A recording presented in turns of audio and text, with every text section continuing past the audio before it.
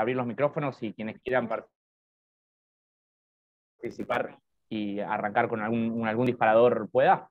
Los micrófonos están abiertos, cualquiera puede hacer uso Bien, perfecto. de los mismos. Bueno, entonces, tardes. ¿qué haces, Fer? Buenas tardes, ahí siempre dándonos una mano. Inicio formalmente entonces, bienvenidos, buenas tardes a todos y todas, gracias por estar de nuevo participando de este encuentro. Te cuento, Nacho, que es un público participador, interesante, que están organizando desde FESTRAM Santa Fe, que son un montón de compañeras y compañeros siguiendo este curso con mucha atención, que venimos charlando.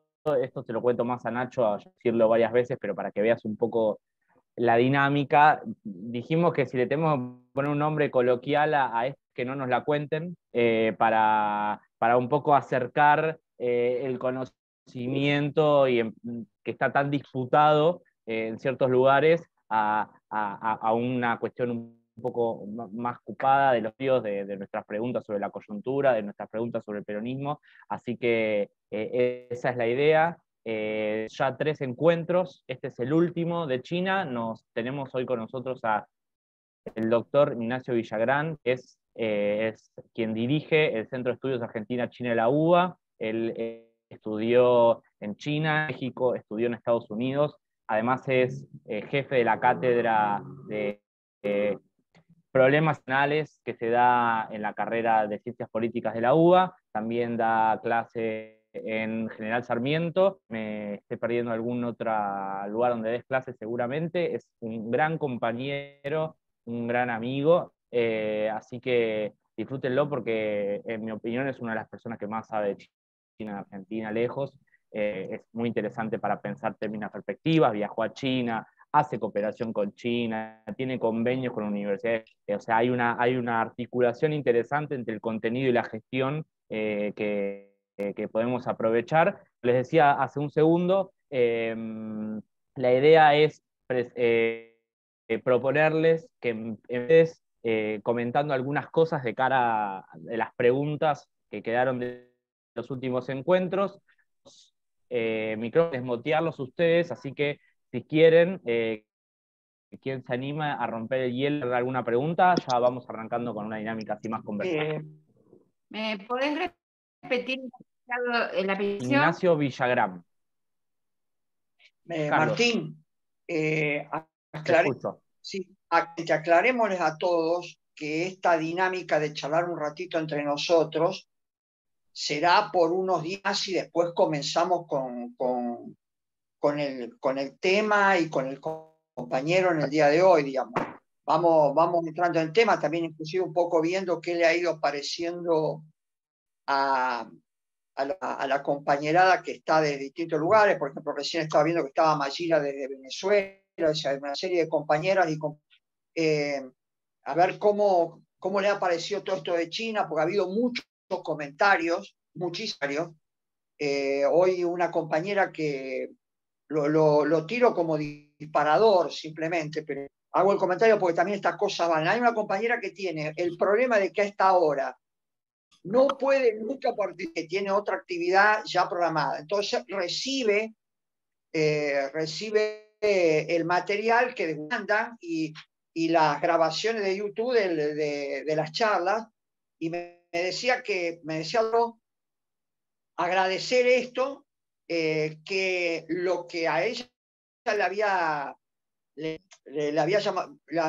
estaba provocando, la estaba movilizando mucho, era la enorme cantidad de información y precisamente lo que no se sabía nada de China, digamos, por decirlo de alguna manera, y que esto estaba produciendo un golpe, un impacto en lo que ella estaba viendo en particular, y que la llevaba a meterse cada vez más en el tema y empezar a buscar en el material, buscar otras cosas. Yo no sé si a todos les pasa, pero la cuestión está por allí.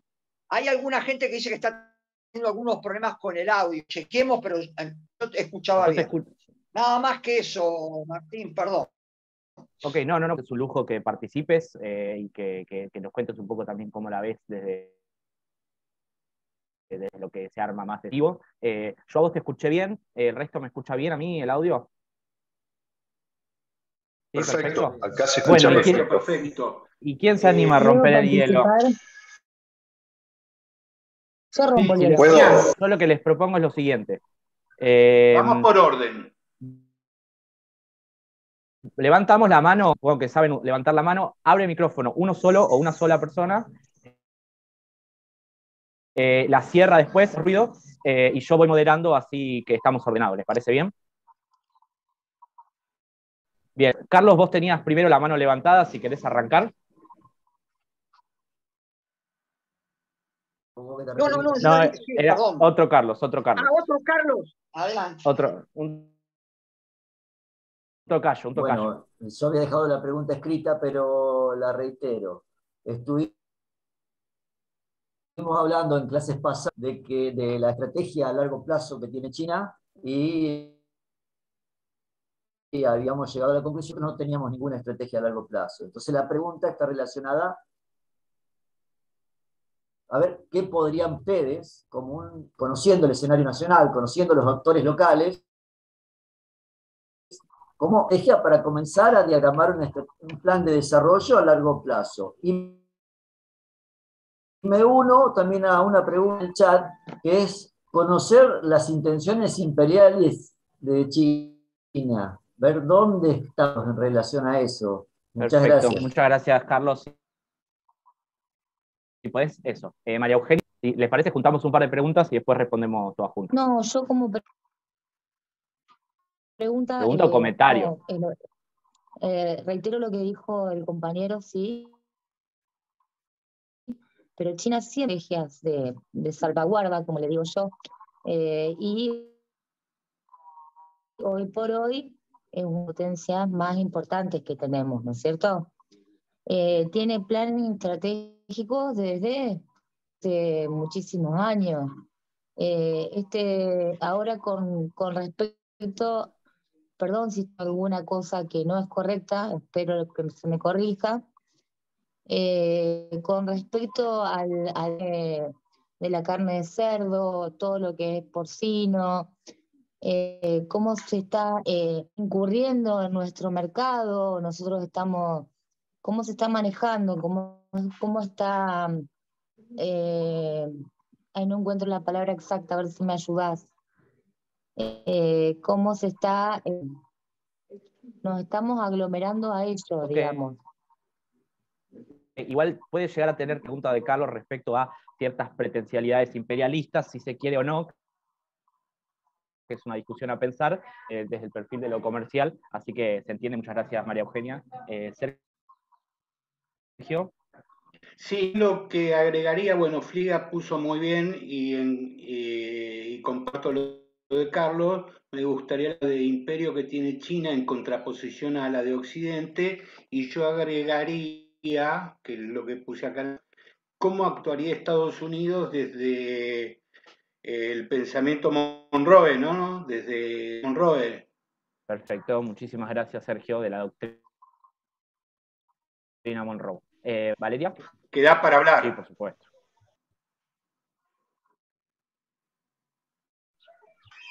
Valeria, te tengo anotada como que levantaste la mano, ¿puede ser? Ahí vamos. Sí, buenas tardes. ¿Me escuchan? Ah, perfecto, bueno. Sí, bueno, brevemente, bueno, sumando a lo que ya dijeron los compañeros, primero agradecer por el espacio, porque la verdad que creo que para la mayoría fue totalmente esclarecedor para poder poner en formulación algunas preguntas, saber dónde estamos medianados en relación a esta nueva reconfiguración mundial, y en relación a eso, bueno, puntualmente saber incide la firma, digamos, de ingreso al BRICS de Argentina, y teniendo en que, bueno, que si bien, como decía el compañero, hoy nosotros no tenemos un proyecto claro en relación a nuestra política nacional, bueno, ¿cómo incidiría en el caso de que en Argentina volviera a gobernar la derecha nuestra relación con China, por ejemplo? En ese sentido, ¿cómo sería el accionar o qué ven de respaldos nos daría de alguna manera estar hoy involucrándonos en el BRICS. Esta pregunta me encantó, Valeria. Hacemos 2 preguntas más y ya arrancamos, que si no, Carlos me tiene tremendo. Jonathan, ¿cómo estás? Buenas tardes. Si te ganas, invitado a... Hola, ¿qué tal? Buenas tardes a todos, chicos, compañeros, compañeras. Solamente quería dejar yo creo que China es mundial y, o sea, en el ámbito mundial es un país que yo creo toda la tecnología que tiene y toda la base, la capacidad que tiene de ejercer su tecnología hoy para los países de América Latina es inalcanzable e inaudito, como quien dice, lograrlo, ¿no es cierto? Y con un país, aparte un país súper poblado de millones. Bueno, perfecto, Jonathan, muchas gracias. Si les parece, arrancamos este contenido y después, de última, si se arma alguna cosita más, dejamos unos 20 minutos para el final. ¿Te parece bien? Yo quiero sumar una cosa más también para el disparador, que es un concepto que me resultó muy interesante. Estoy ahora anotado en un seminario que está haciendo el Ministerio de Comercio de China para funcionarios de Argentina, y hoy nos dio clases un chino que planteó el siguiente concepto. Nacho, a ver qué te parece. Certidumbre estratégica. Ellos definen, y es una línea muy dura del Partido Comunista la que él estaba planteando. No había tanto contenido como son ellos, más para un semifuncionarios. Y él dijo que estaban atravesando una situación de incertidumbre estratégica. Me pareció interesante, habría que ver cómo es el concepto bien en chino, ¿no, Nacho? Para jugar un poquito más con esas palabras y a buscar. Así que, Nacho, todo tuyo, gracias por... Dale, muchísimas gracias, Martín, y bueno, todos los compañeros y compañeras que están presentes esta tarde, por esta oportunidad de compartir algunas reflexiones. Sé que tuvieron, digamos, 3 encuentros anteriores en el marco de esta formación, el de la reemergencia de China con María José Jaroslay y Martín Rosengar, el de crecimiento económico con Mati Glioni, y el de Salvador Scarpino la semana pasada, creo, con Rusia y Ucrania. Yo había traído el tema, digamos, que me convocaba hoy, era muy amplio, ¿no? Es China presente y futuro. Y les confieso una cosa, así como estamos hablando en este momento, como estoy conversando, como estoy llegando, algunas noticias de lo que está pasando ahora mismo en China, y habría que ver, confirma, pero podría ser bastante, es decir, esto, si Martín recién decía incertidumbre estratégica, de un nivel de incertidumbre contingente bastante significativa, porque hablando de que se cerraron los vuelos, de que hay movilización de tropas, no sé si ustedes estaban al tanto, una semana se iba a desarrollar, y era una de las cuestiones de las que quería conversar el día de hoy, el 20º Congreso del Partido Comunista de China, ¿no? Y en ese congreso, es decir, entre las cosas que se anticipaban, ¿no?, presente y futuro de China, era la reelección de Xi Jinping, ¿no?, el actual, digamos, líder político más importante de lo que es el comité permanente del buró político del Congreso del Partido, como, digamos, líder de China por otros 5 años, rompiendo, digamos, una tradición que se había establecido de que los líderes máximos duraban una década, ¿no?, es decir, 2 mandatos, y se retiraban. Entonces, mientras estaba preparando la clase, me están llegando de distintas fuentes los comentarios sobre esta incertidumbre que hay actualmente en China. Así que bueno, va a ser una clase un poco también motivada por esa noción. Ahora bien, volviendo a lo estratégico, a lo de largo plazo, es decir, y pensando un poco estas particularidades del sistema político de China, que seguramente algunas cuestiones ya las vieron, y por qué se puede dar, ¿no?, es decir, esa planificación de largo plazo, y esas, digamos, continuidades en algunas políticas que en general también están, digamos, siendo redadas y digamos, dirigidas según las necesidades, según las contingencias. Me interesaba empezar con esto, ¿no? Es decir, primero con esta idea de la importancia del partido, ¿sí? Es decir, esto seguramente lo discutieron, lo comentaron en algún momento, ¿no? Es decir, el partido en China antecede al Estado, es decir, está por arriba del gobierno y está por arriba incluso de las leyes que hacen a la normativa estatal. ¿Sí? El partido es una entidad que fundó el Estado, es decir, de hecho, por ejemplo, la otra vez una cuestión que era muy significativa para hacer este contraste, ¿no? Cuando la República Popular China cumplía 70 años, el Ejército Popular de Liberación, el ejército del partido, cumplía 97, ¿no? Para que vean, es decir, el ejército y el partido fundan la nueva China, ¿no? La China de la República Popular. Entonces, en ese sentido es algo que creo que es importante para que tengan en cuenta la dimensión que tiene este próximo Congreso del partido. Y en el marco de ese Congreso había, o se anticipaba que había sectores que iban a estar menos satisfechos o menos, digamos, de acuerdo con esta digamos, reelección de Xi Jinping, digamos, como secretario general del partido, ¿no? que a la vez después le daba la posibilidad de volver a ser digamos, elegido presidente en la Asamblea Popular Nacional, que es el órgano, digamos, del Estado chino, no del partido, sino del Estado chino, y también mantener el otro cargo que es fundamental, que es el de, digamos, secretario general o presidente de la Asamblea del Comité Militar Central, ¿no? Del CMC, que es como el órgano que mantiene, digamos, o que da cuenta de que es digamos, el jefe de las Fuerzas Armadas en China, ¿no? Entonces, eso era como un poco el anticipo y pensar un poco dónde estamos parados en esta contingencia, ¿no?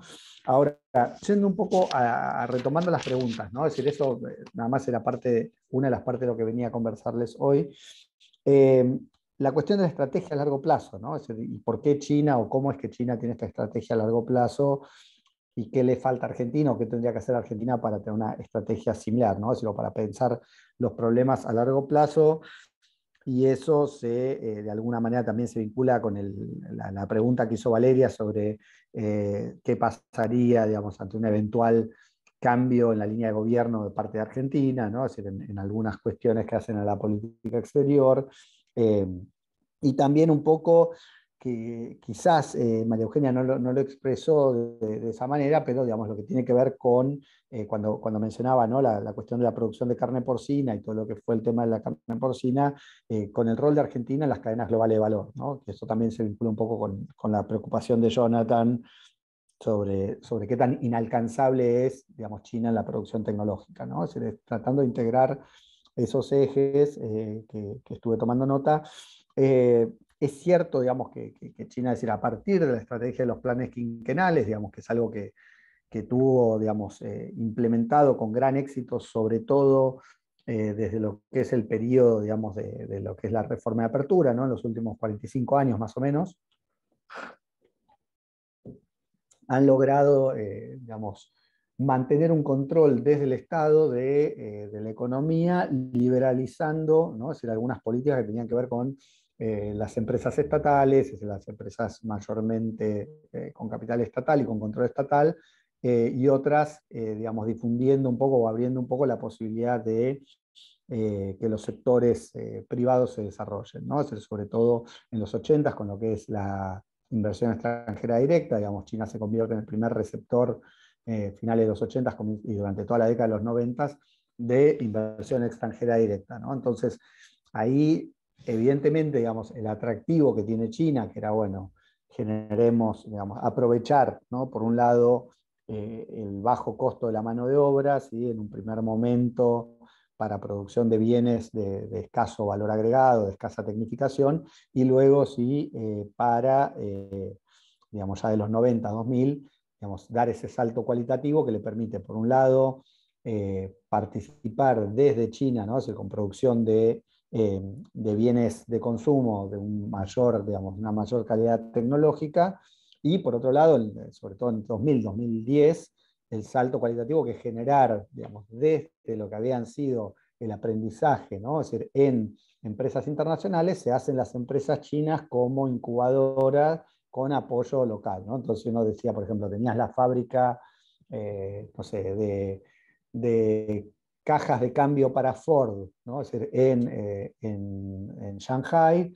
Bueno, alguien de esa fábrica, o un par de obreros o ingenieros que habían trabajado ahí, abren su propia empresita, ¿no? Y tienen apoyo de la provincia o de la localidad para empezar a desarrollar sus propios componentes, ¿no? Entonces China va integrándose a cadenas globales de valor, y la estrategia ahí es, digamos, la combinación que lograron hacer es un poco esta cuestión de fomentar algunas iniciativas privadas con acceso a financiamiento, ya sea de los grandes bancos nacionales o de los bancos locales, ¿no? Es decir, los proyectos integrados también a través de lo que es digamos, la conjugación y la sinergia entre esos centros de investigación, centros de desarrollo tecnológico y las pymes, ¿no? Y el desarrollo de pymes, que le permite, digamos, generar estas instancias.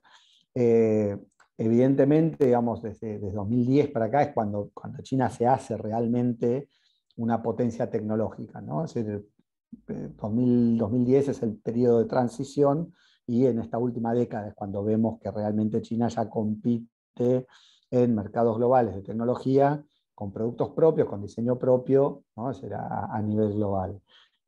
Faltan algunas instancias en esas cadenas, ¿no? Como saben, la de los microcomponentes de los celulares y de las computadoras es una, pero están buscando, ¿no? Con este plan hecho en China 2025 de mantener, digamos, la mayor cantidad de componentes de los equipos de alta tecnología con producción china, ¿no? Es decir, con diseño y producción china. Ya no solo, ese es uno de los cambios, ¿no? Entonces, desde Argentina, ¿qué hay o qué se puede hacer en esas cadenas globales de valor? Bueno, pensar estrategias asociativas es fundamental, es decir, así como China en un primer momento recibió, ¿no? Es decir, esta transferencia tecnológica con empresas como Siemens, Mercedes-Benz, Samsung, las tecnológicas japonesas, ¿no? Se fueron instalando en China, y luego, digamos, de ahí surgió la misma competencia. En Argentina hay posibilidades y ha habido experiencias asociativas, ¿no? Es decir, ahí, ¿qué pasa? Es decir, depende, y esto lo hemos hablado muchas veces también con Martín y con otros colegas, depende siempre de la capacidad y el respaldo que tenga Argentina para articular intereses y actores a nivel nacional, a nivel provincial y a nivel local, ¿no? Es decir, junto con lo que son los entramados productivos, los sectores que tienen el interés real en la producción, junto con digamos, los gobiernos provinciales, municipales, provinciales y el nacional, ¿no?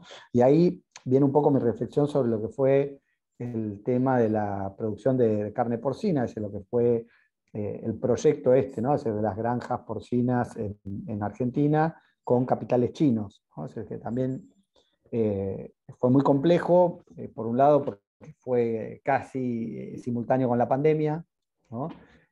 Con la información inicial que hubo en la pandemia, que fue generada por la zoonosis, o sea, por el tipo de, o por la mala gestión en el manejo de los animales vivos, ¿no? Es decir, que luego pasaban a ser faenados para los distintos consumos, con, digamos, distintos mitos y distintas formas de desinformación, como tenía que ver con la sopa de murciélago, los pangolines, ¿no? Todas estas ficciones que salieron, como que en China se consumía toda esa carne. Bueno, después obviamente la sobredimensionaron, ¿no? Es lo que es el consumo de carne de perro que se da en una localidad de China en el sur, que todavía se hace, y eso es cierto, y obviamente está discutido, es decir, en China también por asociaciones de cuidado de los animales. O sea, en ese sentido, digamos, la imbricación que tiene Argentina. Ok, está bien, ahí hay un mensaje. Está entrando mensajes al chat. Si hay preguntas, igual, yo acá veo que hay manos levantadas, que creo que son las que quedaron de antes, que ya participaron. Si hay otras preguntas u otros comentarios, siéntanse libres de levantar la mano y hacemos una interrupción y lo lo retomamos después. Igual, Sí, Nacho, preferimos darle un poco ahora de contenido a la clase y después de último hacemos todas las preguntas al final porque si no se vuelve medio enquilombado, ya nos pasó. Ok, está bien. Estaba justo viendo acá los chats y no quería digamos, dejar preguntas sin responder. Bueno, entonces le decía, con el caso este que los trabajamos también, porque estuvimos muy cerca de la gestión de Jorge Neme, que era el que estaba a cargo también de negociar estos acuerdos, que acá también, dentro de las confusiones, ¿no? Y acá me interesa así separar un poco, analizar, ¿no? ¿Cómo fue esto? Es decir, por un lado, tenías sectores, digamos, ecologistas, veganos, ¿no? Es decir, por un lado, antichinos, fuertemente antichinos, porque lo que se planteaba era que los chinos habían generado la pandemia, ¿no? Que China había generado la pandemia y que la iban de alguna manera a exportar a otras partes del mundo a partir de la producción, ¿no? Es decir, de carne porcina para la exportación. O sea que si aceptaba Argentina ser parte de la cadena de producción de carne porcina para la exportación a China, necesariamente o iba a incrementar sustancialmente el riesgo de generar una pandemia a nivel local, ¿no? Ahí, bueno, parte de nuestro trabajo también, como decíamos con Martín, fue, bueno, averiguar cuáles eran realmente los acuerdos, cuáles eran digamos, las cláusulas, que era lo que se estaba negociando, también, digamos, los números de madres que se decía ¿no? que se iban a traer a la Argentina, se inflaron de una manera, digamos, se sobredimensionaron de una manera inexistente, ¿no? Eran inversiones mucho más moderadas que se iban a localizar en algunas de las provincias, es decir, esto también hablando con gente que está en el negocio de la producción de carne porcina, lo más rentable, lo más lógico, digamos, desde el punto de vista económico, era instalar digamos, el entramado productivo, digamos, desde el criadero hasta la planta de faenamiento y empaquetamiento en Buenos Aires, Córdoba o Santa Fe. Básicamente eran los lugares más, digamos, que menor costo de traslado tenían, ¿no? Bueno, Argentina lo que estaban tratando de hacer, digamos, desde esta articulación que había propuesto Jorge Neme con algunos gobernadores, era decir, bueno, lo queremos llevar a Formosa, a Tucumán, ¿no? Es decir, a Santiago del Estero, queremos que esté en lugares donde necesitamos, ¿no? Es decir, activar los entramados productivos con mayor urgencia, ¿no? Y en parte la solución desde el punto de vista político-económico no iba a ser por el lado de la rentabilidad económica, sino por un acuerdo político, ¿no? O sea, China estaba dispuesta a negociar de alguna manera una alocación, una alocación menos rentable a fin de mantener estos proyectos, porque eran Argentina, por otro lado, se pasaba de exportar la soja en bruto que se exporte, que llega a los puertos en Holanda, donde después se distribuye entre Holanda, Dinamarca, Alemania, que son productores de cerdo, de carne porcina, de cerdos alimentados con soja argentina, ¿sí? O a Vietnam incluso, que es otro productor, y decir, bueno, una parte de ese mercado de China de carne de cerdo, lo vamos a hacer directamente desde Argentina, ¿no? Entonces, dentro de un entramado productivo que sigue siendo una actividad, si quieres, agrícola-ganadera, ganabas un escalón más, ¿no? Es decir, en la cadena global de valor, ¿no? O sea, en vez de vender la soja que alimenta al cerdo, vendés la carne de cerdo, ¿no? Que se paga mejor por tonelada. Ese era. Y creas un entramado productivo, que una cosa que yo también discutíamos cuando nos metíamos en este tema, digo, entren a la página, no por hacer un chivo, ¿no? Pero digo, entren a la página de Paladini, si quieren, ¿no? Es decir, cómo es una fábrica, ¿no? Es decir, grande, de faenamiento, cómo se tratan los residuos, qué marco normativo hay, ¿no? O sea, ahí también la idea es un concepto que nosotros siempre defendemos, que es el de soberanía. Es decir, acá, si viene la fábrica china a operar en Argentina, si vienen capitales chinos a asociarse con productores argentinos de carne porcina, se manejan en Argentina con todas las leyes, ¿no? Y con todo el marco normativo que hace a ese tipo de actividad económica en nuestro país, ¿no? Es decir, ese es un poco lo que había que transmitir. Ahora bien, se hizo, digamos, todas las campañas digamos, para promocionarlo, para llegar al acuerdo. Cancillería, que eso es otra cosa que aclarábamos, ¿no? El acuerdo no lo hace Argentina con China, es decir, no es que viene, digamos, la Cancillería Argentina, lo que tenía que hacer la Secretaría de Negociaciones Económicas Internacionales era facilitar las contrapartes en Argentina que estuviesen, ¿no?, ser disponibles para trabajar en conjunto con estos capitales de China, ¿no? O sea, después las condiciones es como cada uno elige de alguna manera, ¿no?, si se radica o no y en qué condiciones o dónde se va a radicar. Entonces, bueno, ese fue uno de los grandes proyectos que fue truncado de alguna manera en parte por desinformación. Ahora bien, hay que ver eso. Argentina mantiene una lógica, y vuelve a esta cuestión de la estrategia, donde los actores locales, los grupos de influencia, los medios, las ONG, pueden tener una capacidad, digamos, de influir en la agenda pública, ¿sí?, de una manera muy diferenciada a la que tienen en China, ¿sí? Y ahí nosotros somos muy claros, es decir, nuestra cátedra, nuestro espacio político, nosotros entendemos que tiene que ser así, ¿no? Al menos en Argentina. Nosotros no vamos a decirle a China, digamos, qué rol le va a dar a sus ONGs o no ONGs, a sus partidos políticos, a sus grupos, digamos, locales o a sus asociaciones civiles, ¿no? Eso es problema de ellos. Pero acá en Argentina entendemos que cualquier proyecto productivo, sea en este caso, digamos, agrícola ganadero, sea minería, sea cuestiones que tienen que ver con energía nuclear, están supeditadas al consenso básico que se hace con las comunidades locales, ¿sí? Entonces, digamos, finalmente uno, digamos, resigna de alguna manera esa capacidad de tomar decisiones que a la larga pueden ser beneficiosas para un colectivo, ¿sí? Digamos, si se toman desde el gobierno, en pos de sostener, digamos, un sistema que da lugar a las reivindicaciones de las distintas autoridades y los distintos entramados, digamos, de actores a nivel local, ¿no?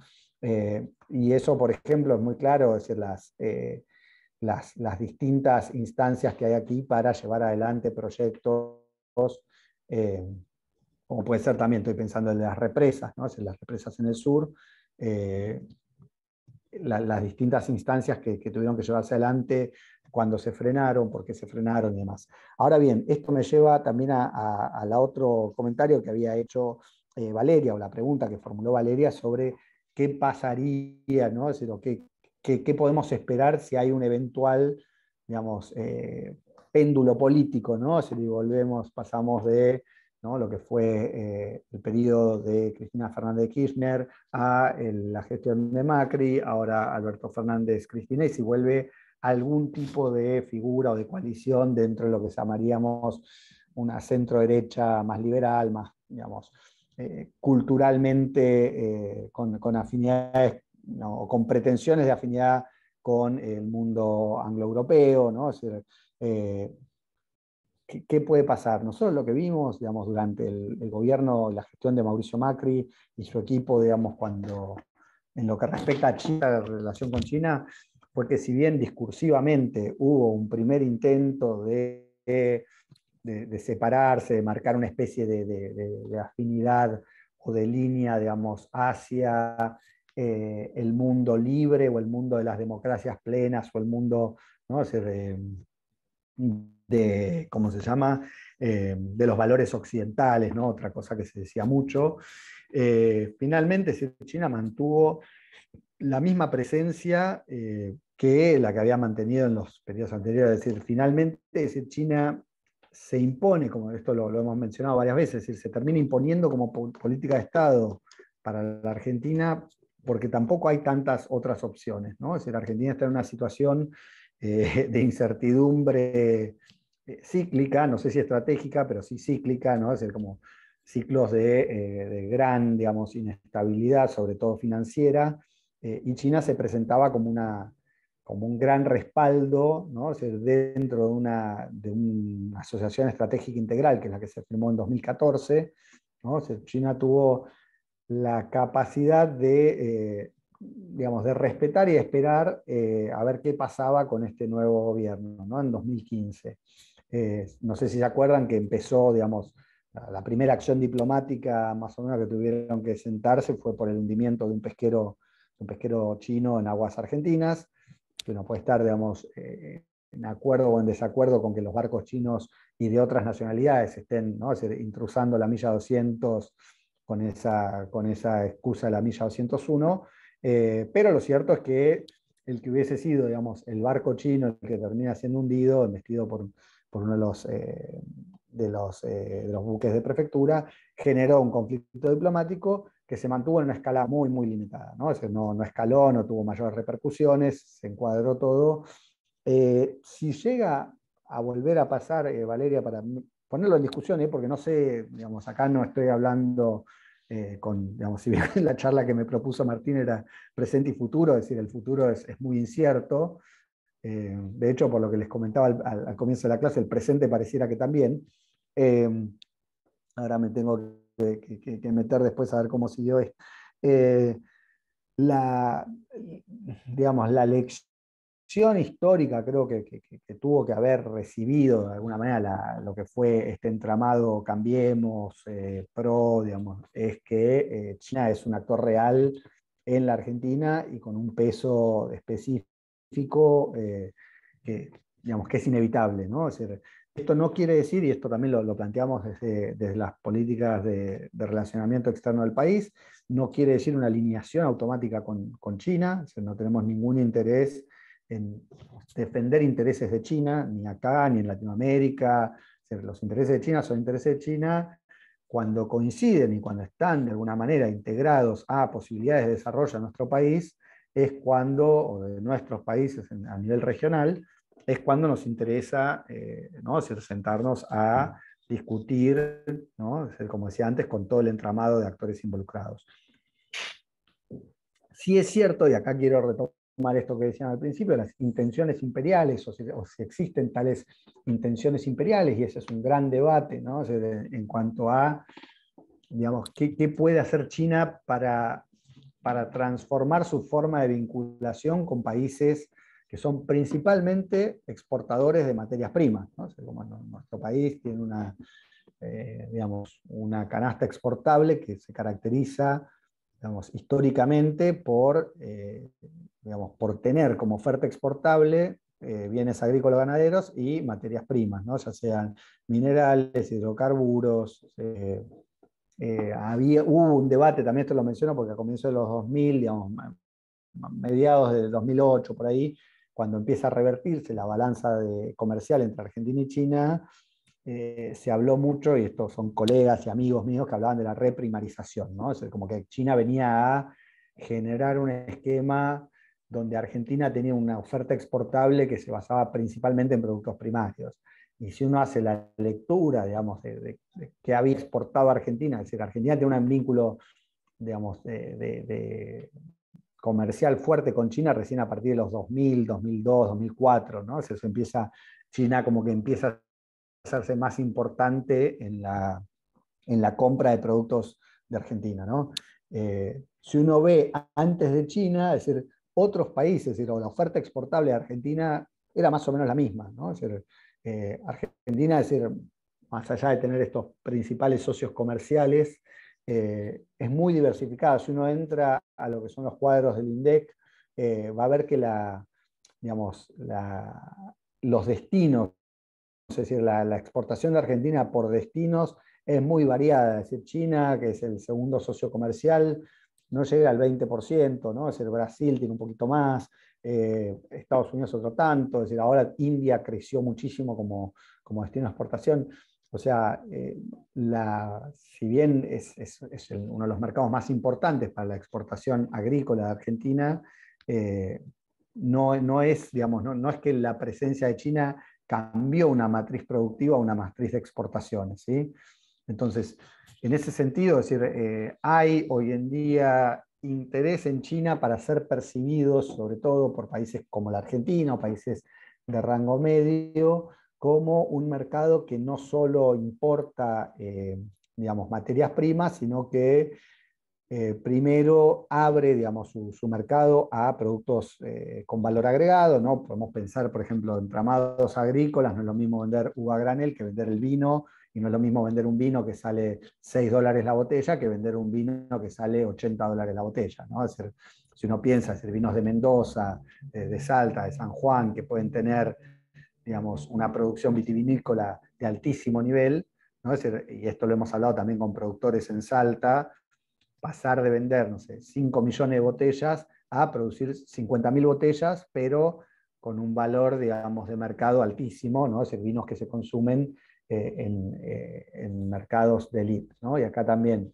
Argentina participa, es decir, obviamente compite con Francia, con Italia, con España, con Chile, que tiene acuerdos de libre comercio con China. Entonces, bueno, los desafíos en este sentido para Argentina están por ese lado. Ahora bien, China, digamos, ¿en qué sentido se puede pensar como imperial, digamos, o imperialista, ¿no? Si quieren usar ese término? Es decir, y de hecho están esos debates, ¿no? Es decir, sobre todo desde algunas ramas de la izquierda argentina, la idea de que, bueno, hoy en día China es tan imperialista como cualquier otro país. ¿Por qué? Porque propone o lleva adelante un esquema de relación diferenciada centro-periferia en lo que tiene que ver con las relaciones y los vínculos comerciales, ¿no? Es decir, te dan, por ejemplo, los trenes, ¿no? Que es otro ejemplo muy claro.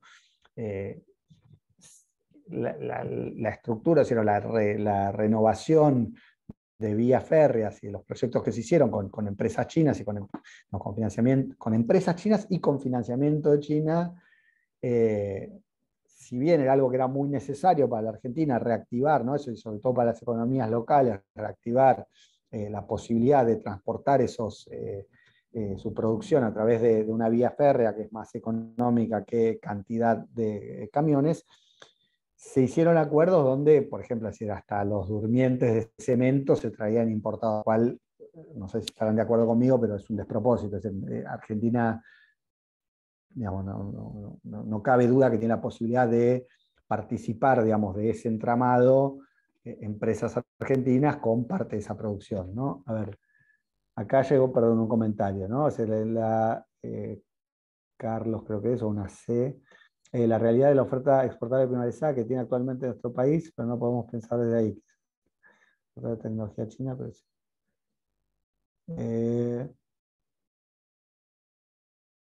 Ay, perdón, perdí la ¿Querés que te lo pregunta. lea yo, Pero bueno, Nacho? ahora entramos.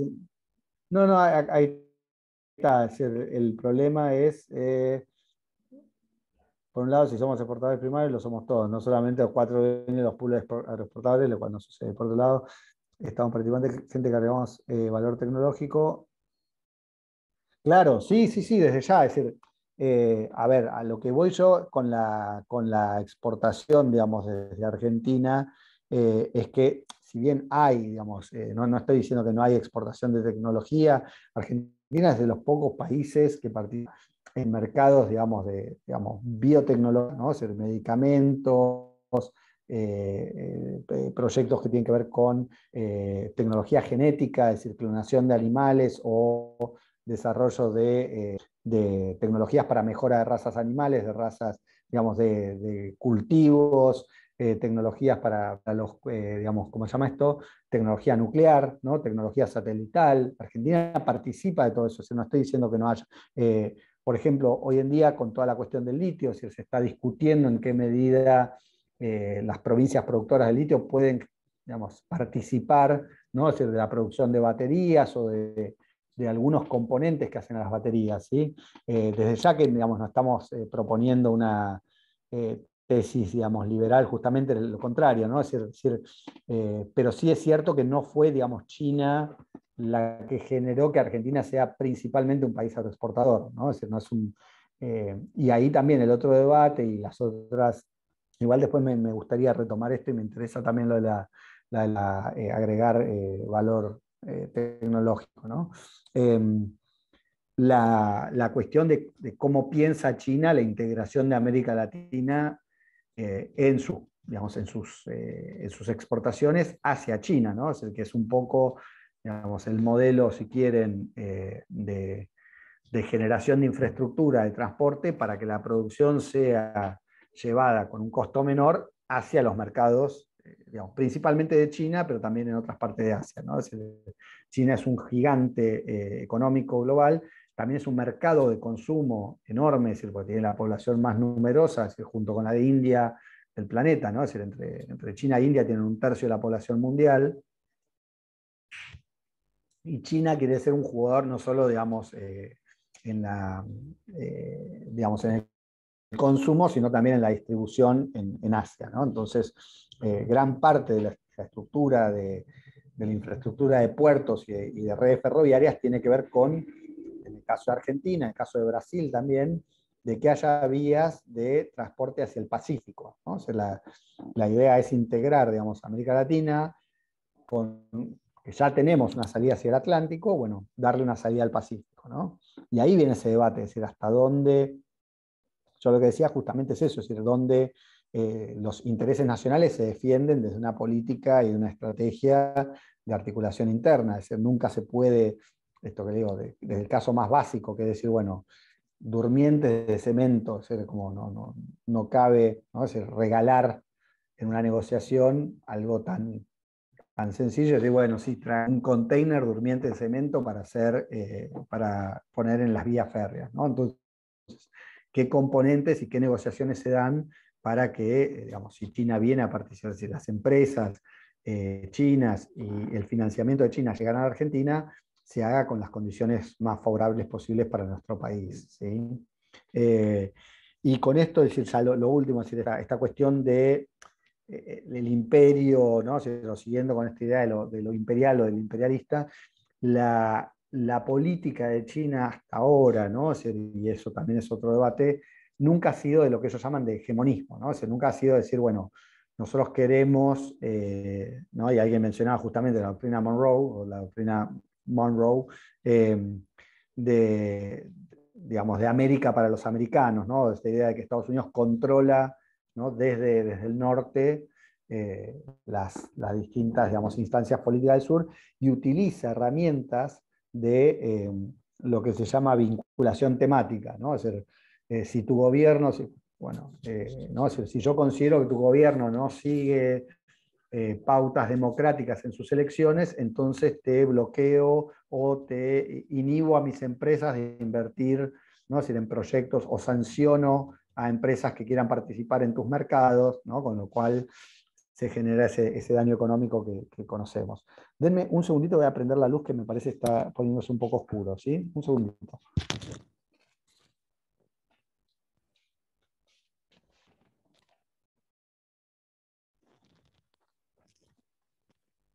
Perdón, ¿eh? Entonces, bueno,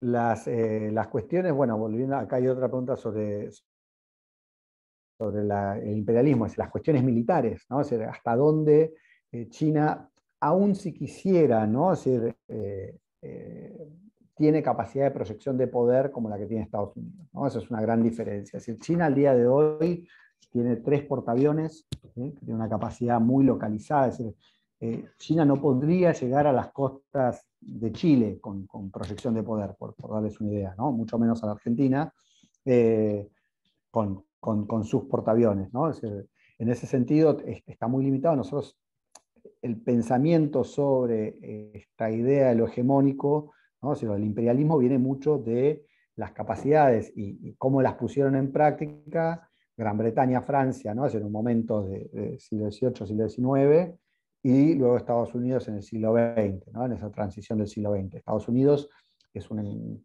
país que prácticamente no hay un día que pase sin que tiren una bomba en algún lugar del mundo, ¿no? O sea, que tienen tropas estacionadas en distintas partes del mundo. China tiene ahora una base en Djibouti, que es la primera, digamos, de este tipo, que supuestamente es para misiones de paz o para, digamos, reabastecimiento de sus, ¿cómo se llama?, de sus buques, ¿sí? Pero está muy lejos militarmente. Si China se puede, Jonathan, no, difícilmente China tenga capacidad de quedarse con la mitad de Europa, Digamos, si uno considera, a ver, pensando, digamos, en términos de lo que es las capacidades militares, es decir, tener muchos hombres bajo bandera no quiere decir que uno tenga mayores capacidades de proyección de poder, ¿no? Piense que Estados Unidos tiene más de 15 grupos de portaaviones, ¿sí? Tiene submarinos nucleares, algunos de ellos con locación no revelada, ¿no? Patrullando. Cada submarino nuclear de Estados Unidos tiene 24, que son misiles que tienen ojivas múltiples. Es decir, la capacidad militar de China, que está muy por debajo. De hecho, Rusia tiene mayor capacidad militar que China y no ha sido capaz de derrotar a Ucrania al día de hoy, ¿no? Es decir, en esta guerra que se suponía que iba a ser una especie de blitzkrieg, ¿no? Y no lo ha sido, ¿no? Es decir, no ha resultado en una derrota, ¿no? Inmediata o en corto plazo de lo que es el gobierno de Zelensky en Ucrania, ¿no? No tiene, es decir, las armas nucleares de China están, digamos, son más limitadas en cuanto a número y son de una generación, digamos, menos, está recién ahora empezando a tratar de compensar y alcanzar.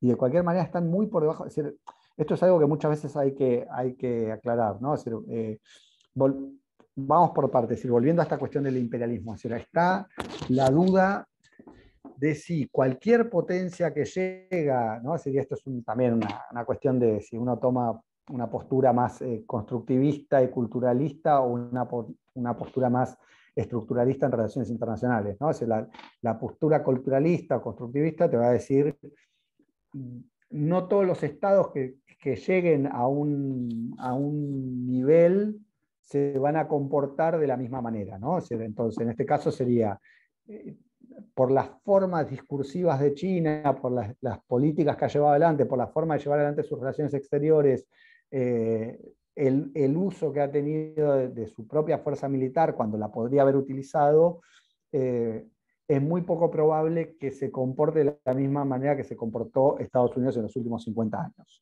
Esa es una perspectiva constructivista. La perspectiva estructuralista te va a decir, cualquier país que llegue a ser el número uno se va a comportar de la misma manera porque va a tener, ¿no? Es decir, la necesidad sistémica de comportarse de esa manera, ¿no? Ese es un poco el debate. China, digamos, como potencia número 2 del sistema mundial, económicamente, militarmente está bastante, digamos, como decía antes, está bastante por debajo de Estados Unidos, por lo menos en lo que hace a armamento convencional, ¿sí? A capacidad de proyección de poder, esto que les decía antes. Estados Unidos en los 90 genera, ¿no? Es la idea de mantener, digamos, la capacidad de llevar adelante operaciones en 2 teatros, es decir, 2 guerras a la vez.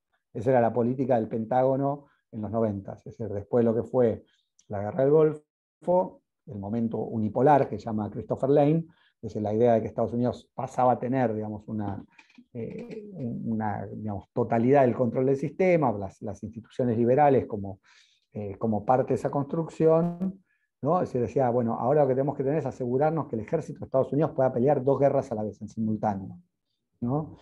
Ningún otro país tenía eso, ningún otro país logra esa capacidad. Acá digo, no se puede comportar, no tiene... Bueno, y ahí, perdón,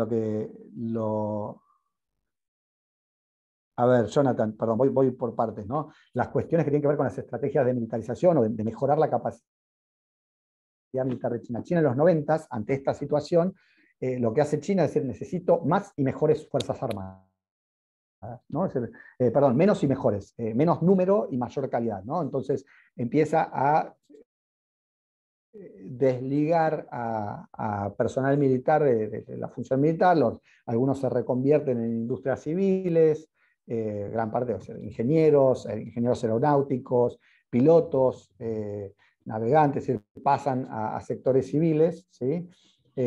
Y China hace una hiperprofesionalización de su ejército, ¿sí? Que va aunada también a la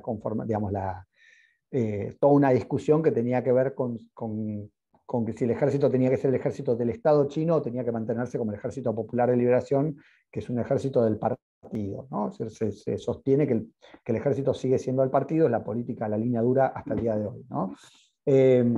Ahora bien, se hace también una tecnologización del ejército, se dice, bueno, las guerras que vienen son guerras de alta tecnología, ¿sí? Que era algo que ya estaba en, en el pensamiento militar del Pentágono, y empiezan a invertir fuertemente en eso. Por eso digo, en capacidades convencionales, Estados Unidos está muy por arriba de China. Tiene capacidades disuasorias. Desde acá la pregunta de Jonathan, ¿no? Es decir, si China no es tan fuerte como Estados Unidos, ¿por qué Estados Unidos no se mete con eso? Bueno, tampoco se mete con Corea del Norte y no, es decir, no invade Corea del Norte, ¿no? No es que no eso, o lo critica abiertamente, ¿no? O sea, tampoco lo hace con Rusia, le quiere mover, digamos, ahí un poquito la frontera de la OTAN, pero tampoco, digamos, Estados Unidos no está bombardeando Rusia al día de hoy. ¿Por qué? Porque no puede. ¿Por qué bombardeó Irak y por qué, digamos, Saddam Hussein termina colgado? ¿No? Porque Estados Unidos podía hacerlo, ¿no? Eso es por lo menos como lo analizamos nosotros. Es decir, en teoría de las relaciones internacionales, digamos, las lecturas más realistas plantean eso, ¿no? Es decir, los imperios o las potencias imperialistas hacen lo que pueden, ¿no? No sé si conocen el dictum de Tucídides, que es, ¿no? Mientras los fuertes o los poderosos hacen lo que pueden, los débiles sufren lo que deben, ¿no? O sea, los estados débiles sufren lo que deben. Estados débiles, como fue el caso de Irak después de ser derrotado, ¿sí? Terminó digamos, siendo ocupado por Estados Unidos en su búsqueda de armas de destrucción masiva que no existían más que en algunas fantasías malintencionadas, ¿no? Entonces, digamos, China no tiene que ser más poderoso que Estados Unidos para que Estados Unidos no se meta con él. Tiene que ser lo suficientemente poderoso para tener capacidad disuasoria, ¿no? Eso es lo que se conoce como el potencial disuasorio, que lo tiene China, lo tiene Pakistán, lo tiene Corea del Norte, y básicamente hoy el potencial disuasorio está dado por las armas nucleares, ¿no? Es decir, en política dura, ¿no? Y con respecto a si China es potencia mundial, sí, China es una de las potencias mundiales, pero China es potencia mundial desde hace mucho tiempo. O sea, China es, a ver, aclarando algunas cosas, la República Popular China ingresa a la Asamblea de las Naciones Unidas a finales, en noviembre de 1971, como uno de los 5 miembros permanentes del Consejo de Seguridad. La Organización de Naciones Unidas tiene digamos, una desigualdad jurídica, ¿no? O sea, dentro de la supuesta igualdad que tiene la Asamblea General de la ONU, ¿no? O sea, la desigualdad está marcada por los 5 miembros permanentes del Consejo de Seguridad que tienen capacidad de vetar cualquier decisión que surja de la Asamblea General, ¿sí? Entonces, ¿quiénes son los 5 grandes? Estados Unidos, Gran Bretaña, Francia, Rusia, China, ¿no? O sea, los ganadores supuestamente de la Segunda Guerra. Japón está excluido, ¿no? Alemania no es parte, ¿no? Y sin embargo son grandes potencias tecnológicas, industriales, ¿no? Hoy en día la única potencia europea que queda entre los 5 grandes, entre las 5 principales economías mundiales es Alemania. Francia ya no lo es hace rato, Gran Bretaña acaba de caer y ingresó la India como quinta potencia. Entonces tenemos Estados Unidos, China, ¿sí? Japón, Alemania e India. Es decir, 3 de las 5 son asiáticas, ¿no? Eso ténganlo en cuenta también, para pensar un poco este viraje del cual hablábamos a finales de los 90 y comienzos de 2000, cuando muy poca gente le prestaba atención a China, a Japón, a Corea, nosotros hablábamos de esto, ¿no? Ahora sugeriría también sumar, ¿no? Es decir, a la India como otro factor para tener muy en cuenta desde la Argentina, porque aparte es uno de los 5 principales socios comerciales de nuestro país.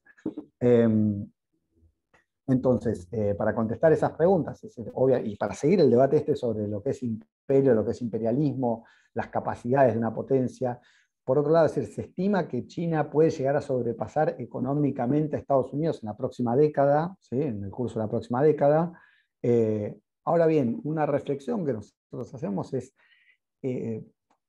eso no va a transformar radicalmente el sistema internacional, ¿no? Es decir, no es que, digamos, Estados Unidos queda segundo, se desvanece, ¿no? O si lo colapsa porque quedó segundo. Deja de ser, es decir, va a seguir siendo la principal potencia militar. Si China lo sobrepasa en su PBI, supuestamente ya en paridad de poder de compra, China tiene un PBI mayor que el de Estados Unidos, ¿no?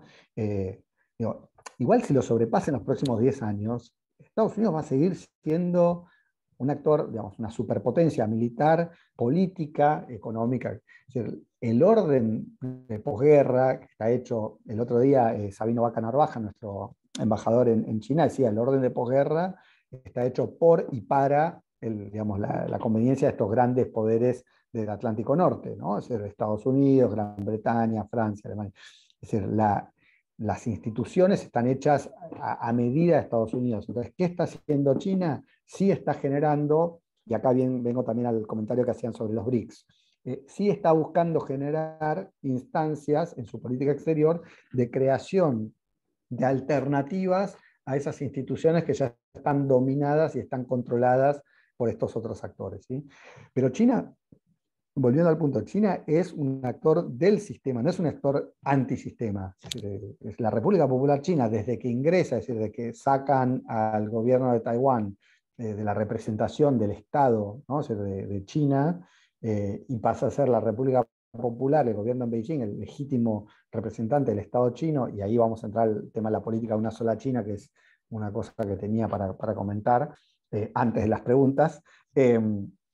Vamos a ver que, ¿cómo se llama? Que China se incorpora, es decir, China en el 2001, cuando se incorpora, por ejemplo, a la Organización Mundial de Comercio, hace uno de los mejores negocios de su historia, porque es lo que le permite pasar de ese periodo que hablábamos de los 80s y 90s, de incorporar tecnología y de recibir inversión extranjera directa, a abrir los mercados para llevar los productos que ahora se están manufacturando en China, ¿sí? Entonces, China se beneficia y se benefició mucho de las instituciones del sistema. Ahora, ¿qué pasa? Llega a un punto donde se da cuenta que hay instituciones que son limitantes, ¿sí? donde no puede, digamos, participar, y que tiene capacidades hoy en día, sobre todo financieras, para ofrecerle a otros estados que no están tan satisfechos con el orden de cosas existentes, ¿no? La posibilidad de asociarse desde otras instituciones, ¿no? Estoy pensando, por ejemplo, el Banco Asiático de Inversión en Infraestructura y Desarrollo, ¿sí?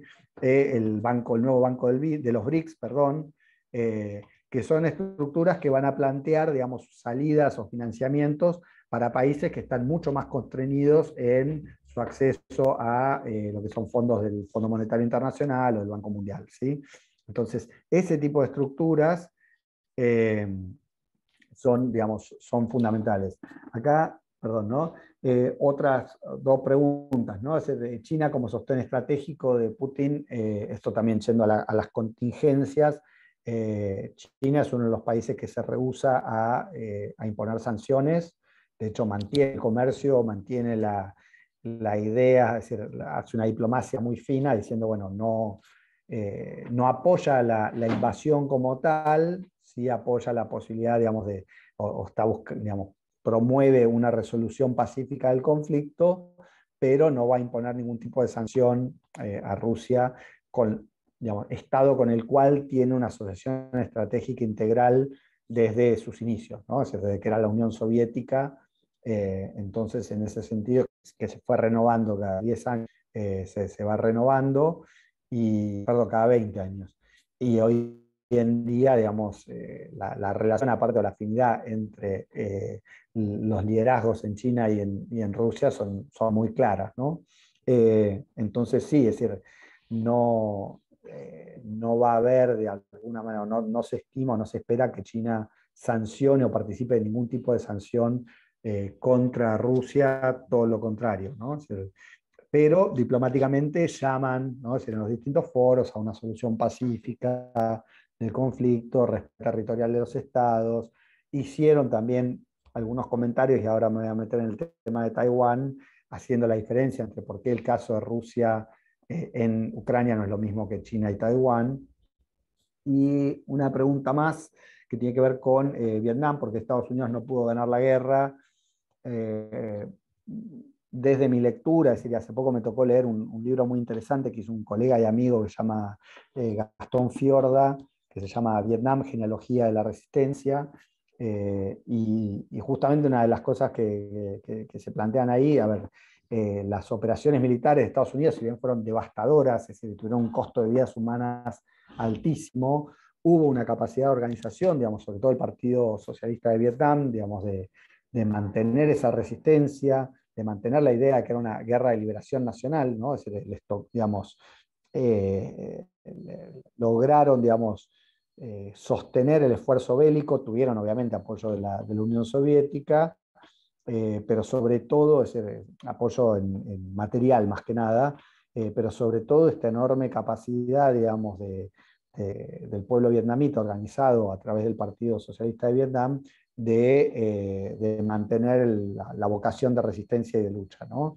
Y por el otro lado, es decir, en el frente interno de Estados Unidos, una desmoralización también de las tropas y unos movimientos civiles internos, es decir, que ponían de manifiesto todas las grandes contradicciones del sistema norteamericano, tanto a nivel racial como a nivel de clase, como, digamos, las ideas también del gasto público norteamericano destinado a lo que se llamó alguna vez el entramado militar industrial, contra las necesidades que había, ¿no? Es decir, en otros sectores. Entonces, eso sería como, a grosso modo, algunas pinceladas para pensar las tensiones que generaron que Estados Unidos no pueda ganar en Vietnam. Y ahí también otro comentario que parte de las discusiones de los 60s y 70s es la negativa por parte de Estados Unidos a poner en juego sus armas más letales, que eran las armas nucleares, en el conflicto de Vietnam, ¿no? Es decir, como que fue preferible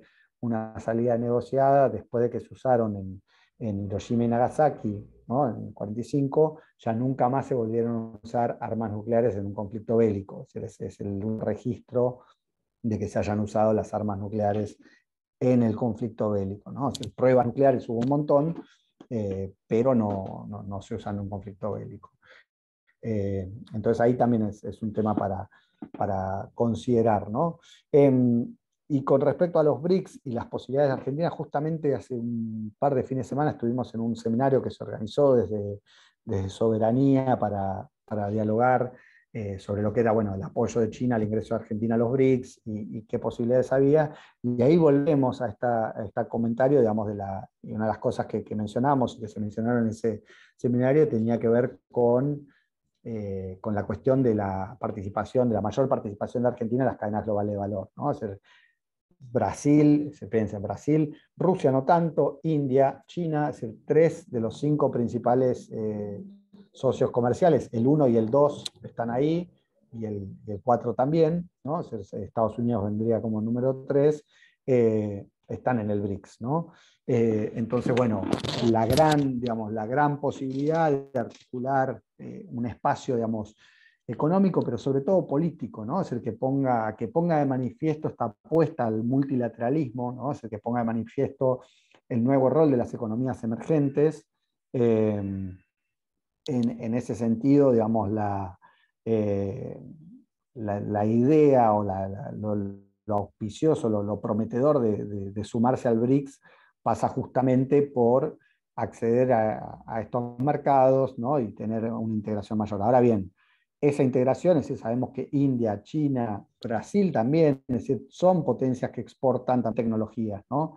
Entonces Argentina tendría que ver, digamos, el desafío siempre es ese, bueno, asociarnos no solo con el que nos compra soja o carne de chancho o carne de vacuna, ¿no? Asociarnos con empresas que quieren fabricar esto, ¿no? Baterías de litio o que quieren producir, no sé, distintas, ahora hay proyectos para el hidrógeno verde, hay proyectos, es decir, bueno, ¿en qué medida Argentina puede participar, ¿no? Es decir, con sus propias empresas de esos desarrollos, ¿no? Es decir, a qué países le puede exportar a Argentina tecnología, ¿no? Es decir, como decir, bueno, no le vas a exportar, no sé, hornos de microondas a China, no tiene sentido porque la escala no da. Argentina también tiene un problema de economías de escala, pero podés hacer algún tipo de componente que se use para, ¿no? Hacer la fabricación, no sé, de algún tipo de parte de ese horno microondas que después se haga en China y se exporte a otras partes de Latinoamérica, o que te hagan un centro de ensamblado ¿no? Y con algunas partes que se hagan acá. Es decir, eso es lo que hay que negociar. Es decir, Argentina, yo a veces también discuto con lo que es, digamos, una especie de industrialismo mágico, ¿no? Así como decir, bueno, y de repente, no sé, Argentina digamos, tiene la cadena de valor completa de acá a 5 años para hacer baterías de litio. Me encantaría, digo, digamos, si vos me decís, se puede hacer, lo firmo, ¿no? Pero, digo, pero no se puede, digamos, no es que no se hace por falta de voluntad solamente, sino porque realmente hay limitantes de escala, es decir, la economía global funciona así. Entonces, bueno, puedo fabricar 300 baterías, uno piensa también, ¿no?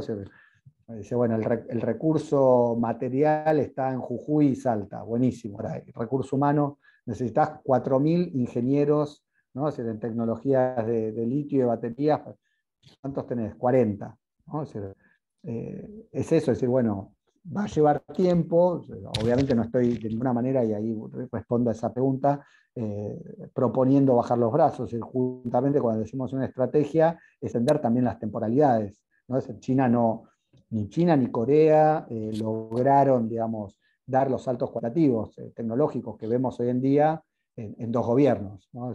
En 2 ciclos de 5 años, una década. Arnulfo ahí no sé si me está haciendo alguna pregunta.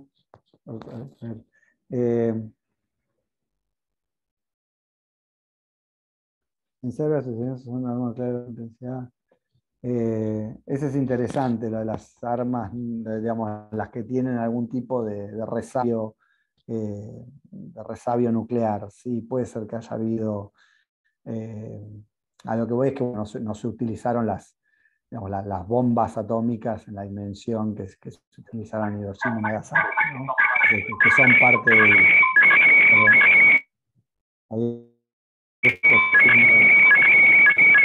Martín, ¿podés mutear el de Arnulfo? Ahí está, gracias. Después, acá otra pregunta de Jonathan, del ejército argentino, si está preparado para algún conflicto bélico. Yo creo que la capacidad militar argentina hoy en día está más bien enfocada en la capacidad mínima de autodefensa, es decir, no está pensada, es decir, participación en misiones de paz de la ONU, de los cascos azules, y una capacidad digamos, de control de la soberanía territorial, pero no, tendría que tener muchos más recursos para pensar ya ni siquiera un conflicto bélico, digamos, una capacidad de control mayor del territorio que hace a nuestra soberanía. De hecho, somos un país que tiene una parte de su territorio ocupada por una potencia extranjera, ¿sí? Que, digamos, si bien se ha obviamente renunciado a la posibilidad o a la idea de reincorporarla por la fuerza, ¿sí? Es parte, digamos, de las preocupaciones que tienen que ver con los ejes militares en nuestro país, ¿no? Y eso también, bueno, lo que dice Fligas es la idea de, hay componentes en algún material bélico que si está hecho en Gran Bretaña o fabricado por alguna compañía británica, algún componente, uno piensa, bueno, le vamos a comprar los aviones a la India, pero parece que un sistema de navegación que tiene ese avión de la India es de una compañía británica, Argentina no lo puede comprar, ¿no? Se le está embargado, como señala acá Fligas. Así que eso también es para tener en cuenta de las capacidades de abastecimiento, ¿no? O sea, y ahora sí quería ir al tema del otro tema que fue muy reciente cuando hablábamos. Yo creo que más o menos pude ir un poco con las preguntas iniciales y algunas que fueron surgiendo en el chat, pero sí quería comentarles lo del tema de Taiwán, ¿no? Que fue también que generó mucha, digamos, tuvo grandes repercusiones, sobre todo el mes pasado, ¿no? En agosto, con lo que fueron las visitas primero de Pelosi y después del presidente de la Cámara desde el área de Relaciones Internacionales de la Cámara de Diputados de los Estados Unidos, ¿no? Es decir, cómo generaron una repercusión, una movilización también, incluso de, digamos, ejercicios militares por parte de China en la región, para de alguna manera esto que se llama, ¿no? Hacer, mostrar músculo o sacar músculo, ¿no? Para decir, bueno, que esto no iba a pasar desapercibido, ¿no? A ver, Perdón, estoy viendo los mensajes. Entonces, en ese sentido, bueno, la historia, y volviendo a la cuestión de Taiwán, que sí me interesa trazar un recorrido histórico para quienes quizás no estén tan familiarizados o familiarizadas con lo que fue, digamos, la existencia de Taiwán como espacio, digamos, escindido de lo que es el control de la República Popular China. La historia del siglo XX de China está vinculada en su primera mitad a lo que es la formación del Partido Nacionalista, ¿sí? En China en la primera década del siglo XX, y el Partido Comunista, que el pasado cumplió sus primeros 100 años, ¿no? El Partido Comunista de China, donde tuvieron, digamos, una etapa de lo que se llamó el primer Frente Unido, ¿sí?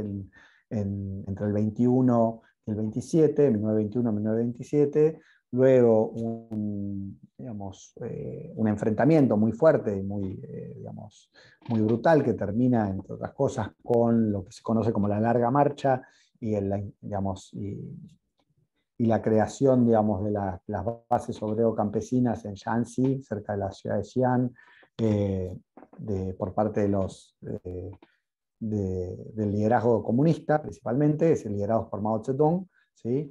Y luego del fin de lo que fue la ocupación parcial de Japón de China y la Segunda Guerra Mundial, al poco tiempo, es decir, de liberada China de esa presencia japonesa, el gran conflicto que se da entre el Partido Comunista y el Partido Nacionalista, cuando el Partido Comunista y expulsa, digamos, de alguna manera, termina de conquistar gran parte de la China continental, y el remanente, digamos, político-militar del Kuomintang, del Partido Nacionalista, se refugia en la isla de Taiwán.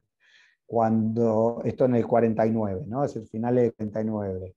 Cuando, más o menos en el 53, China está planeando, es decir, la República Popular China, el gobierno de Beijing, está planeando terminar esa faena, ¿no? Es decir, y liquidar. Es decir, ¿por qué no lo hace antes? Porque en el 50 estalla la guerra de Corea, empieza el conflicto en Corea, ¿sí? Y tienen China participa con ejércitos voluntarios en favor de lo que serían los ejércitos de Corea del Norte, ¿sí? Entonces está ocupado con eso. Cuando termina ese conflicto se dirige, ¿no? O pone la atención, el Ejército Popular de Liberación de China pone su atención en terminar, digamos, esa gran reunificación nacional, y Estados Unidos interpone una parte de la séptima flota para que los buques del Ejército Popular de Liberación no puedan atravesar el estrecho de Taiwán a hacer un desembarco en la isla y terminar, ¿no? O sea, con el gobierno del Partido Nacionalista a cargo de Chiang Kai-shek, ¿no? Entonces, ¿qué pasa? La comunidad internacional, que se acaba de formar a través de la creación de la ONU, le da un reconocimiento formal a la República de China en Taiwán, ¿no? El gobierno de Taiwán en Taipei, y desconoce, es decir, como gobierno legítimo de ese Estado que es China, a el gobierno en Beijing, el gobierno de la República Popular China, ¿sí? Entonces, ¿qué pasa? Durante muchos años, varias décadas, más o menos de los 50 hasta el 71, la mayor parte de la comunidad internacional reconoce como gobierno legítimo de toda China, no solo de la isla de Taiwán, sino también del continente, a el gobierno en Taipei, ¿sí? Eso se da, digamos, ¿por qué? Digamos, justamente en derecho internacional, ¿no? Se tiene la posibilidad de reconocer como legítimo un gobierno por más que no esté controlando el territorio, ¿no? Entonces, hasta el 71 se da esa situación, digamos, el gobierno en Beijing controla 700, 800 millones de personas, el gobierno en Taipei controla 20 millones de personas, pero la comunidad internacional reconoce ese gobierno en Taipei. Y los dos gobiernos, tanto el de Beijing como el de Taipei, reconocen que existe una sola China, ¿no? Que no hay dos estados de China, que son dos gobiernos. Lo mismo pasa con Corea, hay Corea del Norte y Corea del Sur. Ninguno de los dos gobiernos dicen nosotros somos dos países distintos, ¿no? Los dos dicen, bueno, en algún momento nos vamos a reunificar, ¿no? Porque Corea es una sola y el pueblo coreano es uno solo, pero bueno, ¿en qué términos y en qué momento lo vamos a ir definiendo y lo vamos a ir negociando, ¿no? Como momento de mayor tensión, menor tensión. Pero el Kuomintang, el Partido Nacionalista de China, tiene como fundamento teórico la idea de que China se tiene que reintegrar territorialmente, ¿no? De que esta situación de que haya dos gobiernos es una anomalía, ¿no? Ahora, ¿qué pasa? Es decir, desde, digamos, primero se da, por un lado, el reconocimiento de la República Popular China como gobierno legítimo de todo China en los 70s, tempranos, y esto yo siempre hago la aclaración, con Mao, es decir, con los acuerdos entre Mao, Zhou Enlai y Kissinger, que va a actuar como gran intermediario para que después se hagan los acuerdos con Nixon, que se va a firmar lo que es el comunicado de Shanghai del 72, donde Estados Unidos reconoce a la República Popular China como gobierno legítimo de toda China y reconoce el principio de que hay una sola China. Acá no sé quién sería, a quién hace referencia ese acrónimo, pero bueno, después lo vemos. No sé si a Kissinger o a Nixon o a quién, pero bueno, después lo podemos poner en discusión. Acá estoy viendo el chat. Pero bueno, la idea, es decir, mi idea acá para que entendamos conflicto contemporáneo en base a su trayectoria histórica, ¿no? La idea es que ambos gobiernos reconocen, ¿no?, que hay una sola China. Estados Unidos reconoce que hay una sola China. Ahora bien, es decir, al poco tiempo de firmar ese comunicado conjunto en Shanghái con las autoridades de China, hace un comunicado conjunto con Taipei, donde dice que, bueno, si bien no los reconocemos más como Estado soberano, o sea, como el gobierno del Estado soberano que es China, vamos a mantener, y esto es lo que se llama la política de ambigüedad estratégica, vamos a comprometernos a que Taiwán mantenga las capacidades militares para resistir un eventual intento de reunificación por la fuerza por parte del Ejército Popular de Liberación en China, ¿sí? ¿Se entiende eso? Es como lo que dice Estados Unidos es, por un lado, reconozco a China, le damos a China el reconocimiento formal, pasan a ocupar ese asiento en la ONU. Si usted lee la resolución, es fantástica porque la redactan con toda digamos, los usos retóricos del socialismo de los 70, ¿no? Entonces expulsamos a la camarilla, ¿cómo se llama esto?, corrupta y nefasta de Chiang Kai-shek, de su ilegítimo, el lugar ilegítimo que usurparon, y restablecemos el lugar legítimo de la República Popular China en este asiento en la ONU, ¿no? Es muy divertida esa resolución en su textualidad. Pero bueno, lo cierto es que Estados Unidos está de acuerdo con esa restitución, ¿sí?, con ese ingreso de la República Popular China, pero a la vez que hace todo esto, le dice a Taiwán, ¿no?, quédate tranquilo que te vamos a dar los fierros para que no puedan reunificar por la fuerza, ¿no? Y es lo que se mantiene hasta ahora. ¿Y qué va a hacer Pelosi? Haciendo un salto, digamos. Hubo varios momentos de tensión en el estrecho de Taiwán que tienen que ver con que con el paso del tiempo, es decir, el Kuomintang, el Partido Nacionalista de China, se fue debilitando internamente. Se arman, digamos, partidos, digamos, en competencia, ¿sí? Uno de ellos el Partido Democrático Progresista, que es el que va a ir paulatinamente promoviendo la idea de que quizás sea momento de pensar en que existe China, socialista, comunista, lo que quieran, y existe Taiwán, ¿no?, que es otro estado y es democrático y es otro país. Y eso, digamos, para el liderazgo de China es totalmente inadmisible. La República Popular China era parte del acuerdo, digamos. De hecho, China dice, ¿no?, hay 4 instancias en las que nos reservamos el uso de la fuerza para reunificar el territorio nacional, ¿no?, es decir, para reincorporar a Taiwán. Mientras tanto, es decir, hay negociaciones, 9 acá, hay negociaciones para la reunificación. Entonces, Taiwán sí posterga las negociaciones para la reunificación, si quiere adquirir armas nucleares, si permite o si intenta permitir una base militar extranjera en su territorio, o si declara abiertamente la independencia. Las 4 circunstancias en las que la República Popular China dice, digamos, la línea roja que no se puede cruzar, ¿no? Hasta ahora no lo han hecho, cada tanto, ¿no?, si este Partido Democrático Progresista coquetea con esa idea de, bueno, quizás sería un tiempo de declarar la independencia, pero hasta ahora no se ha hecho, ¿no? Entonces, ¿cuál es la preocupación del liderazgo de China con estas visitas de Pelosi y luego se me fue ahora el nombre, estaba buscándolo, lo tenía anotado en algún lado, del el que es como el presidente de la Comisión de Relaciones Internacionales de la Cámara de Diputados de Estados Unidos, la idea, digamos, de estos grupos es de alguna manera fomentar, ¿no? O sea, a los partidos pro independencia de Taiwán, de que, bueno, de que van a tener respaldo. Estados Unidos está dispuesto a respaldar a los aliados democráticos contra los gobiernos autocráticos y demás, ¿no? Entonces, bueno, China, al de reacción en el campo diplomático,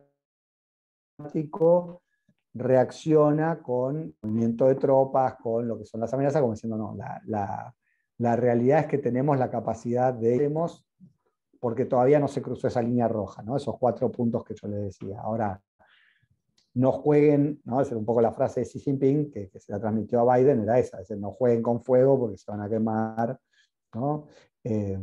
Hay que ver qué pasa. Hace poco volvió, digamos, Biden a la carga diciendo que estarían dispuestos a intervenir militarmente si llega a haber un intento por parte de China de reunificar Taiwán por la fuerza. Estamos en una contingencia digamos, bastante crítica, es decir, ¿no? Es decir, uno no puede, como decíamos la otra vez también, un poco pensando lo de Rusia y Ucrania, es decir, uno puede pensar que porque haya una imbricación económica, eso hace imposible o Rusia era el tercer comercial de Ucrania, sin embargo, digamos, el conflicto bélico se da igual, ¿no? Es decir, o sea, la idea es de que haya una imbricación entre los capitales en Taiwán, en China continental, digamos, no sé, me parece un tanto arriesgado decir, bueno, es imposible que haya un conflicto porque en el medio hay intereses económicos, ¿no? Acá Néstor pregunta, bueno,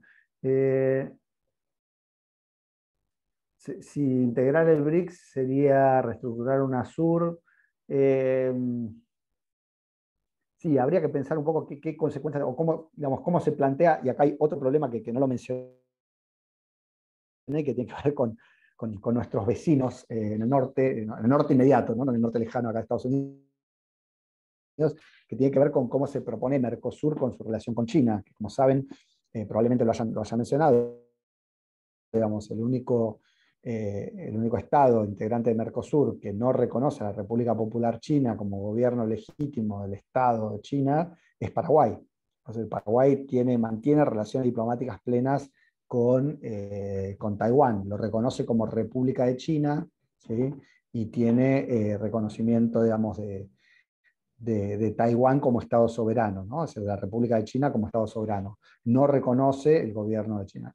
Esto no quiere decir que no haga negocios o que no tenga inversiones de la República Popular China, pero ahora bien, en este contexto, ¿qué pasa? Es decir, últimamente lo que, digamos, llevó también un poco a acelerar, o lo que se lee como una de las cuestiones que llevaron a acelerar la política de Estados Unidos en defensa, digamos, de la autonomía de Taiwán, es que cada vez le queda menos reconocimiento internacional, ¿no? Acá el bastión en el hemisferio sur es Paraguay, como les decía antes, le quedan algunos países de economías muy pequeñas y digamos, de capacidad diplomática muy pequeña, como puede ser, no sé, San Cristóbal y Nevis, le quedan algunos estados ahí en el Caribe, pero lo cierto es que fue perdiendo cada vez más.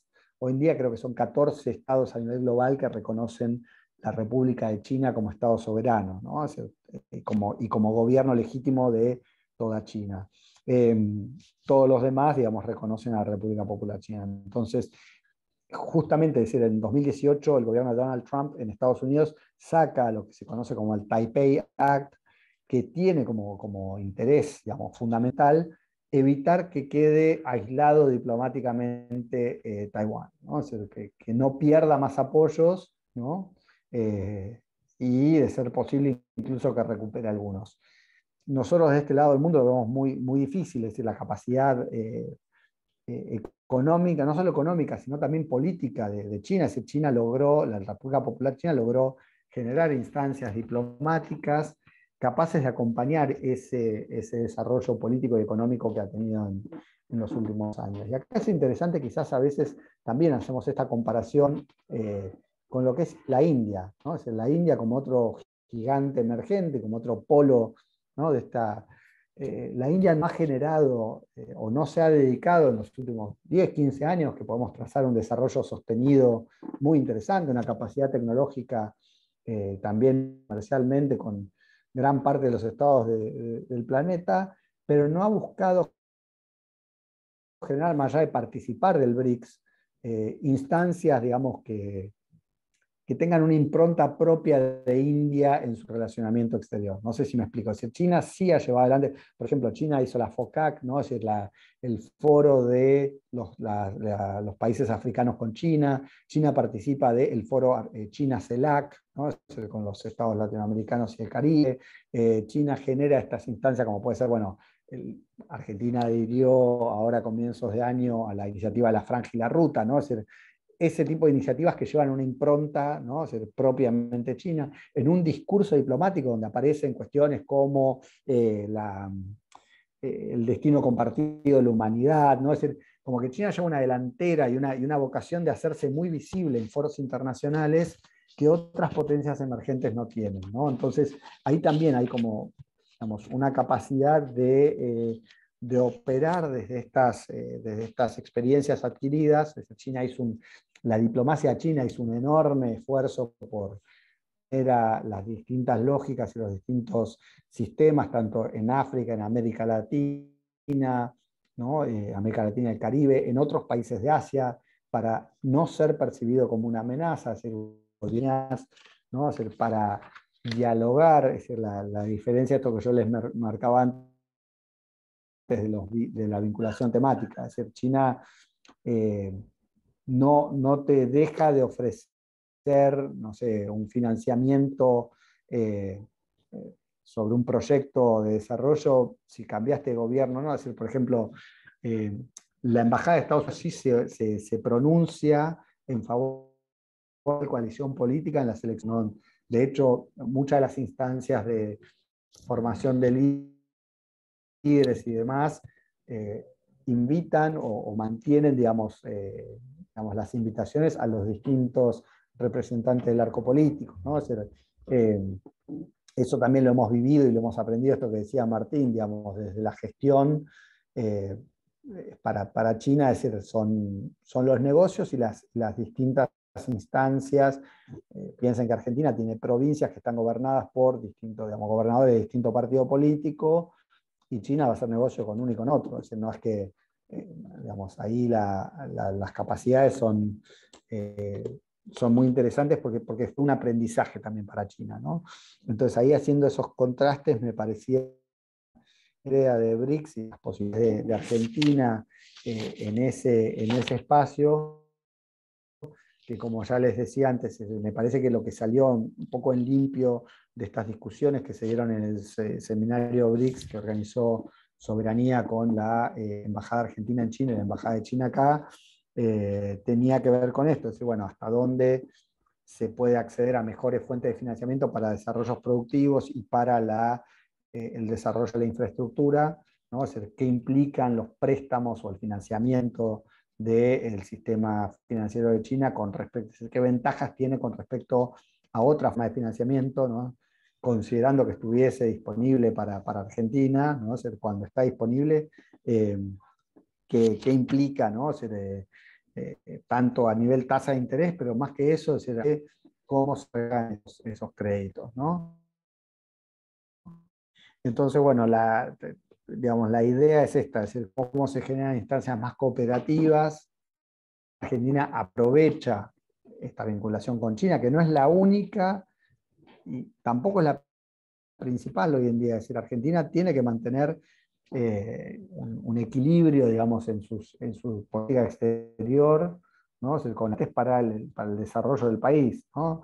Y acá, cuando digo equilibrio, pero esto acá hago otra aclaración, porque también se habló en un momento de la equidistancia. No necesariamente el equilibrio implica la equidistancia, ¿no? Es decir, si un país te está ofreciendo, ¿no? Es decir, un Estado te está ofreciendo, no sé, 20 proyectos de financiamiento y te puedes sentar a discutir una central nuclear, la reestructuración de los trenes, las centrales, y el otro, no sé, te ofrece comprar limones, digamos, no es que vas a quemar digamos, el puente para exportar limones, pero bueno, te sentás a discutir de eso, ¿no? O sea, bueno, digamos, la distancia también va a estar dada por el interés nacional, ¿no? Pero bueno, yo creo que es un poco el desafío que tenemos, y está buenísimo, y agradezco otra vez a OSIPEX la posibilidad de conversar estos temas, porque son centrales para discutir con distintas áreas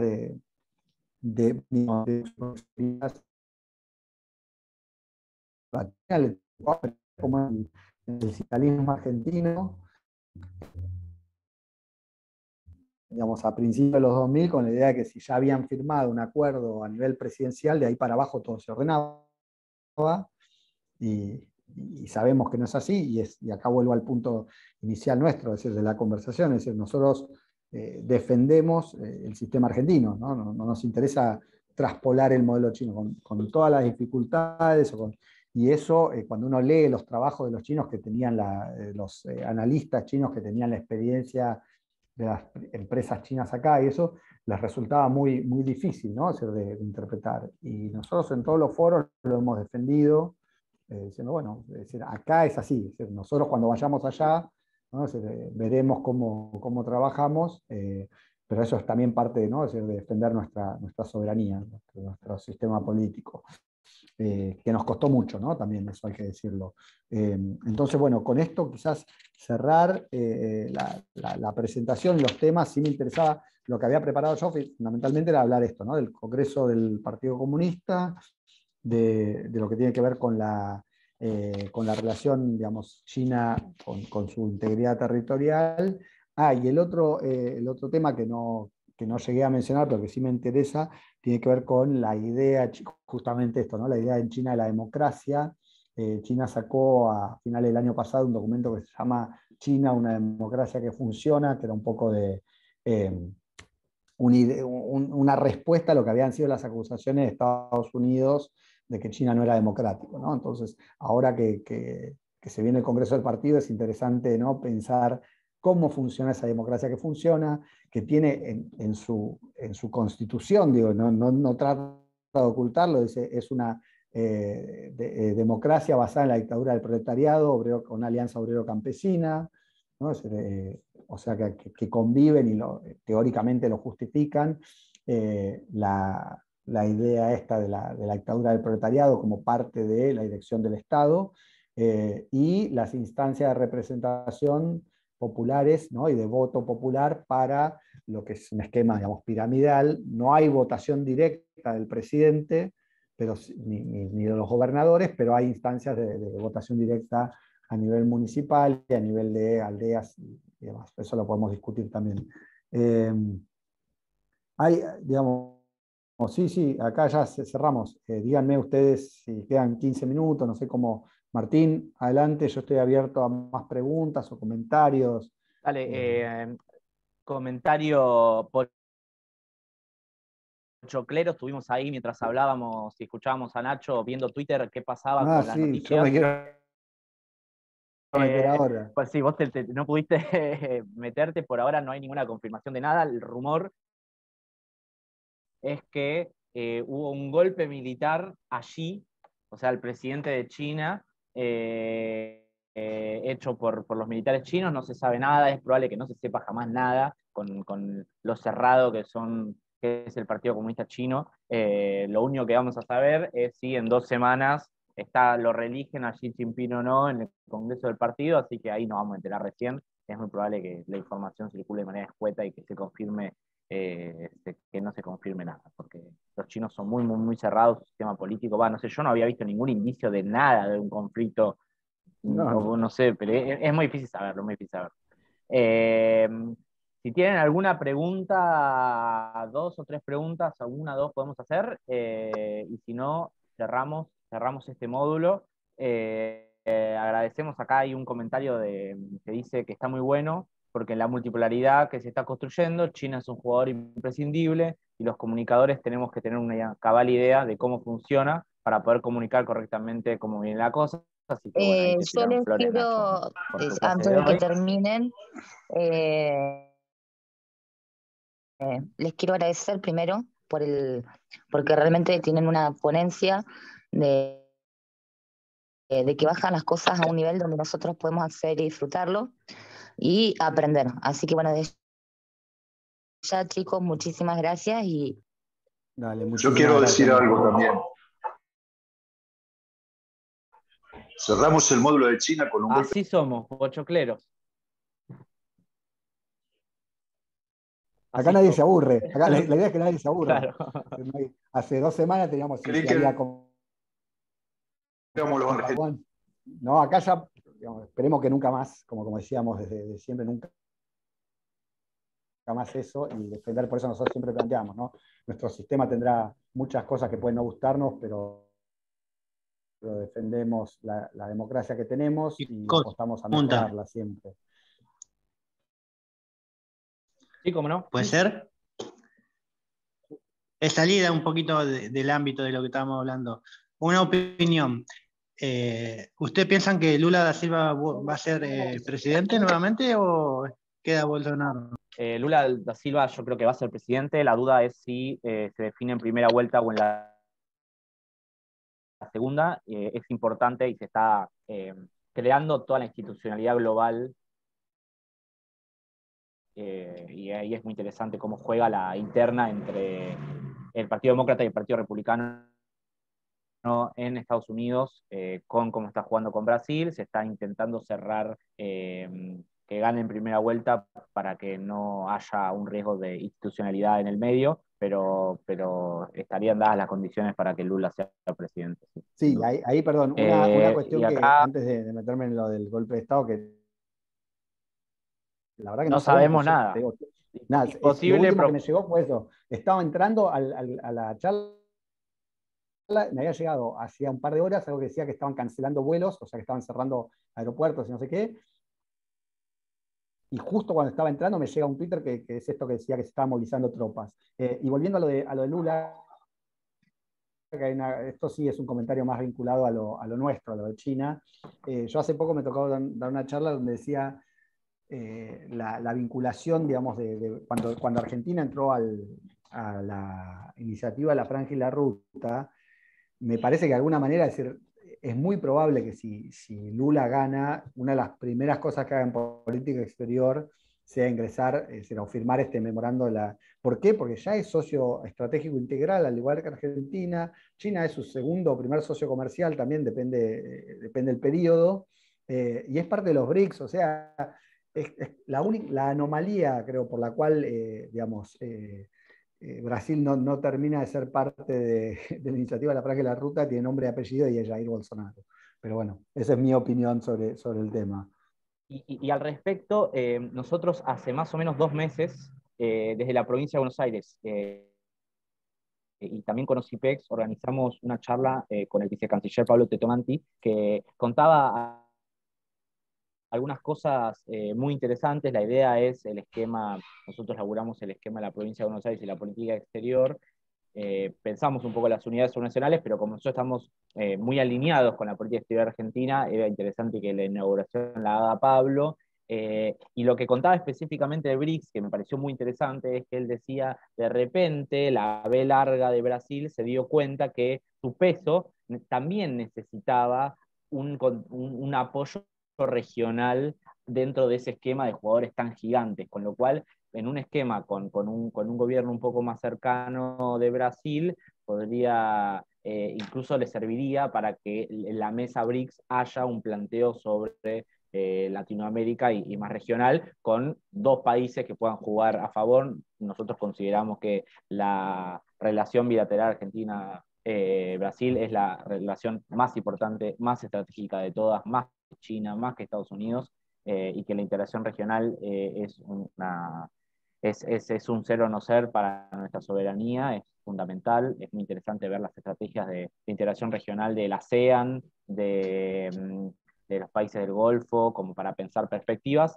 Y con esto vamos cerrando, así ya los tuvimos cuatro. Discúlpame, Jonathan, me están diciendo que están diciendo que cerremos, te pido mil disculpas, después si querés, si quedaron dudas, si quedaron preguntas, se las hacen a Carlos, Carlos me la transmite a mí y podemos seguir conversando o recomendar lecturas, etcétera. Nacho, muchísimas gracias por venir acá. Siempre es un lujo escucharte y que seas también como tan amable, tan pedagógico con los contenidos. Muchas gracias a todos y todas por estar. Yo ya no los veo más, no me tienen que ver más la cara porque siguen con otro módulo y hay otro coordinador de módulo, así que fue un lujo para mí también compartir estos encuentros. Y gracias, compañero. Gracias. Un abrazo. Martín. Feliz fin de semana para todos. Buen viernes y buen fin de semana. Hasta la próxima. Excelente. Gracias. Hasta la próxima.